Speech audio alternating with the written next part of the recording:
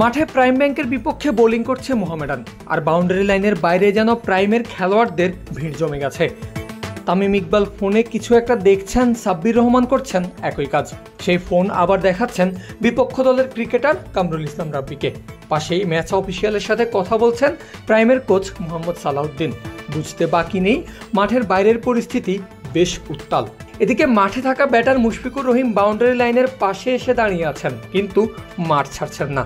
বাক্য বিনিময় চলছে মাঠের আম্পায়ারদের সঙ্গে। ততক্ষণে তামিম ছুটে এসেছেন বিপক্ষ দলের ড্রেসিং রুমের দিকে। সেখানে এসে মোহামেডান কোচ মিজানুর রহমান বাবুলকেও মোবাইল ফোনে দেখাচ্ছেন কিছু একটা। আর এসব করতে করতে খেলা বন্ধ প্রায় 15 মিনিট ধরে। কিন্তু কেন এমন হচ্ছে? খেলা বন্ধ করে ক্রিকেটাররা কেন এমন করছেন? এর উত্তর জানতে যেতে হবে কিছুক্ষণ আগে। 1, 2, 3 ঢাকায় জমি জিতে নিন 100% ক্যাশব্যাক সহ 20 কোটি টাকার পুরস্কার। দ্বিতীয় ইনিংসের 34তম ওভারের 4 নম্বর বল। নাইম হাসানের ডেলিভারিতে দৃষ্টিনন্দন একটা স্টক সুইপ খেলেছেন মুশফিকুর রহিম। এরপরে যা ঘটেছে তা দেশের ক্রিকেটে খুব একটা দেখা যায় না। কাউ কর্নারে থাকা ফিল্ডার আবু হায়দার রনি রীতিমতো উড়াল দিয়েছেন। শূন্যে ভেসে উড়ে গিয়ে তুলে নিয়েছেন প্রায় অসম্ভব এক ক্যাচ। অর্থাৎ মুশফিকের সাজঘরের টিকিট কাটা হয়ে গেছে। কিন্তু না, এরপরই শুরু হয় সকল উত্তাপ।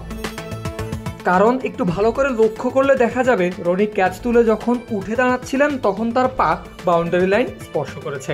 আর সেজন্যই মুশফিক ফিরে যাওয়ার মুহূর্তেই ড্রেসিং রুমে থাকা সতীর্থদের মধ্য থেকে জানানো হয় বিতর্কিত সিদ্ধান্তের ব্যাপারে এবং শুরু হয় যত জল্পনা।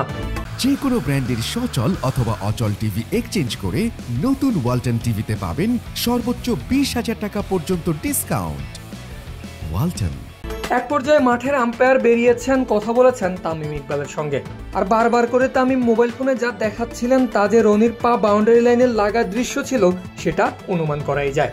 তবে সকল জল্পনার বিতর্ক শেষে আম্পায়াররা জানিয়েছেন তাদের সিদ্ধান্ত, এবং সেটা হলো ছক্কা নয় বরং আউট হয়েছেন মুশফিকুর রহিম।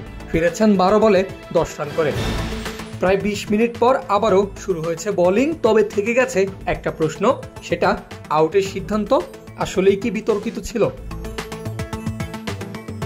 মিরপুর থেকে পারভেজ আল হাসান, ক্রিক ফ্রেন্জি।